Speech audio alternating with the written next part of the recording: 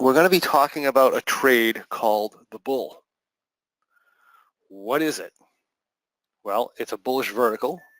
It is a simple, non-subjective, somewhat bullish bias, high probability trading strategy on the Russell 2000. Bullish vertical entered at a specific time each month, and it's exited at either a specific time or when the position hits loss parameters. So unlike buying a stock where we might buy, say we were going to trade the Russell 2000. If we thought the Russell was going to go up, we would buy, you can't buy the Russell stock, but you can buy IWM, which is the exchange traded fund that tracks the Russell 2000. So it basically moves pretty much the same as the Russell, is just priced a lot lower.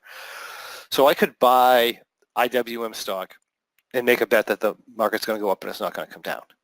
If I wanted to do something higher probability, I could sell a put that is what we call out of the money. And we're going to do this with the Russell. So say Russell's at 1,500 and I want to make a bet that the Russell's not going to come down a certain amount.